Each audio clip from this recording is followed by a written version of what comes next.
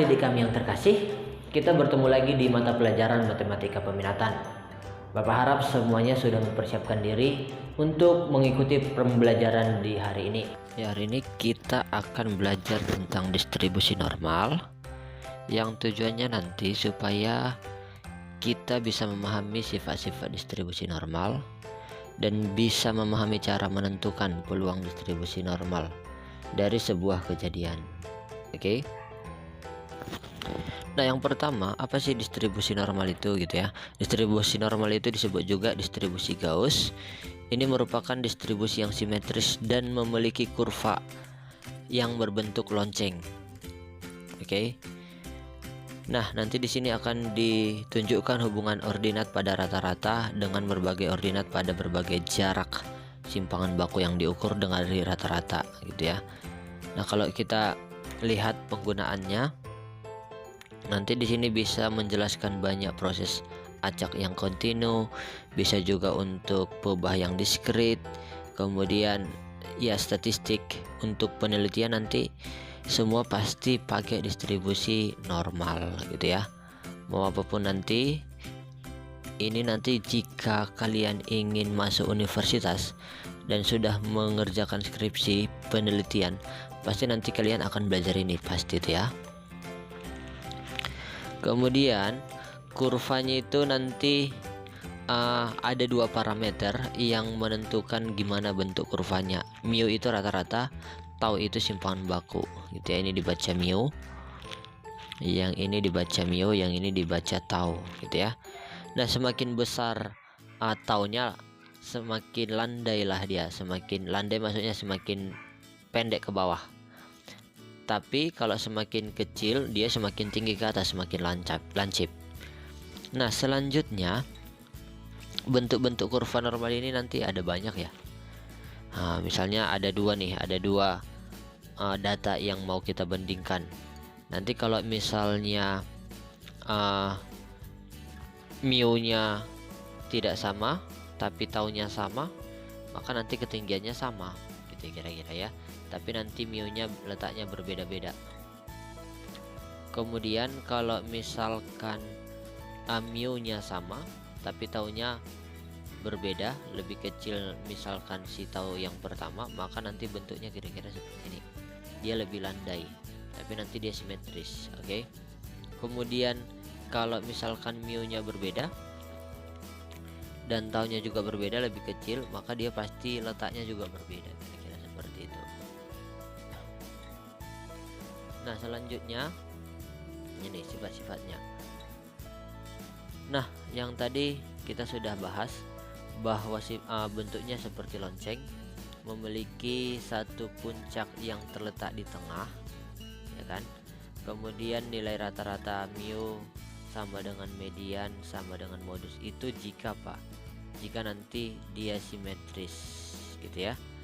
Nah, modusnya yaitu titik pada sumbu datar yang membuat fungsi mencapai maksimum, terjadi pada saat X sama dengan mu yang tadi ya.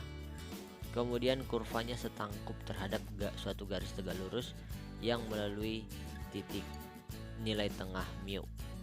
Kemudian kurva ini mendekati sumbu mendatar secara asimptotik dalam kedua arah bila semakin menjauh. Artinya gini, kalau dibilang asimptot itu nanti kurvanya tidak pernah bertemu gitu ya, tidak pernah memotong sumbu datarnya atau sumbu X, nggak pernah, tapi selalu mendekati sampai mendekati 0. Kemudian luas daerah yang terletak di antara kurva, oke, itu sama dengan 1.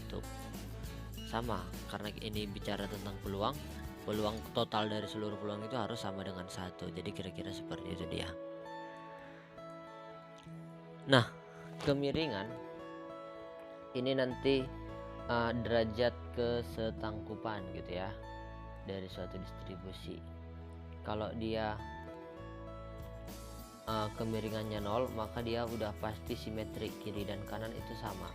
Tapi nanti kita di sini bicara tentang distribusi normal yang koefisien kemiringannya itu udah pasti 0.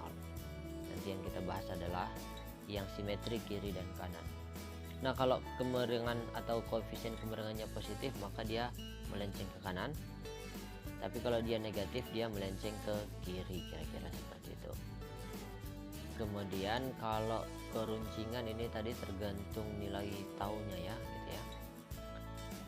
Nanti disebutlah itu kurtosis, itu tergantung nilai taunya. Ada istilah nanti kalau misalnya nilainya 3 disebutlah dia meso, kemudian lebih kecil 3 berarti dia tumpul, disebutlah dia platykurtis, dan kalau lebih besar 3 disebut leptokurtis. Ini sebenarnya nanti untuk saat ini nggak terlalu penting ya, karena kita bicara tentang bagaimana nanti cara membaca kurvanya atau menentukan luas daerahnya.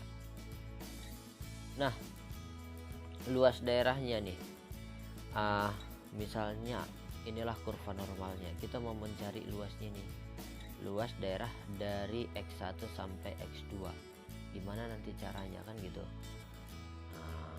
Ini kalau kita lihat secara rumus, ada rumusnya. Oke, rumusnya nanti, ini dia ya. Inilah dia rumusnya. Oke, misalkan tadi X1 nya kita buat A, X2 nya kita buat B, maka rumusnya adalah ini, panjang ya, integral dari fungsinya itu tadi nanti rumusnya adalah apa, 1 per tau kali akar 2 V dikali E pangkat min setengah X kurang mu dibagi tau dikuadratin, panjang gitu ya. V itu 3,14, E itu bilangan Euler 2,7 sekian gitu ya. Nah, kalau kita cari ini secara manual ini nggak akan gampang gitu ya. Nah, kemudian mu X kurang mu per tau itu diubahlah nanti sebagai Z. Ada nanti namanya kurva Z. Nah, kalau kita ubah ya dengan mengganti tadi si X kurang mu menjadi tau, ya nanti berubahlah nanti ini menjadi apa, E pangkat min setengah Z kuadrat gitu ya, bisa kira-kira ya. Dan nanti nggak mungkin kita cari nilainya ini secara manual gitu, sebenarnya mungkin aja, cuman kalau kita cari akan sangat repot sekali gitu ya, mengintegralkan lagi, mengubah ke dalam bentuk Z lagi, udah gitu bentuknya dalam bentuk E pangkat lagi gitu ya. Nah, ini kan harus kita integralkan secara parsial nanti integralnya ini gitu ya. Batasnya dari mana, X1 tadi kita buat A sampai B. Nah, untuk mengatasi yang seperti ini, maka adalah namanya tabel distribusi normal. Oke.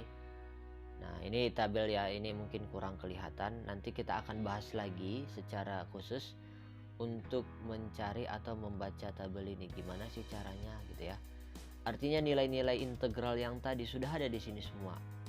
Kalau n-nya segini, kalau x-nya segini, kalau mu-nya segini gitu ya. Kalau taunya segini, semuanya udah ada di tabel ini. Makanya nanti ini disebut tabel Z. Mungkin yang kita cari cuman apa? Yang perlu kita cari hanya ini. Yang ini.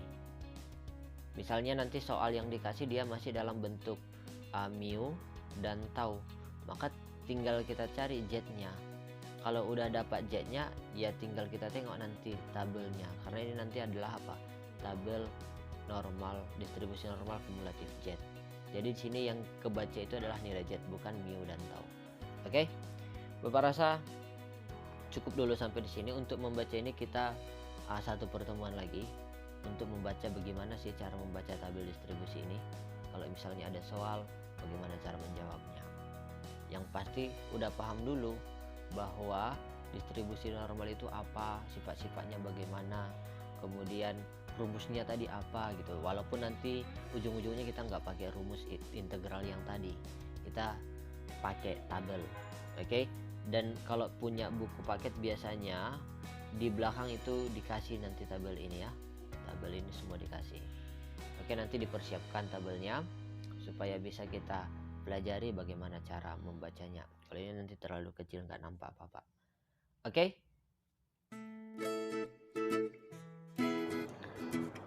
Jadi demikianlah pembelajaran kita hari ini. Bapak harap semuanya bisa mengerti dan memahami Dan kalau masih ada yang kurang paham, boleh ditanyakan melalui Google Classroom maupun melalui WhatsApp. Tetap dijaga kesehatannya, tetap rajin berlatih, dan ingat kalau keluar rumah jangan lupa mengikuti protokol kesehatan, memakai masker, dan menjaga jarak. Tuhan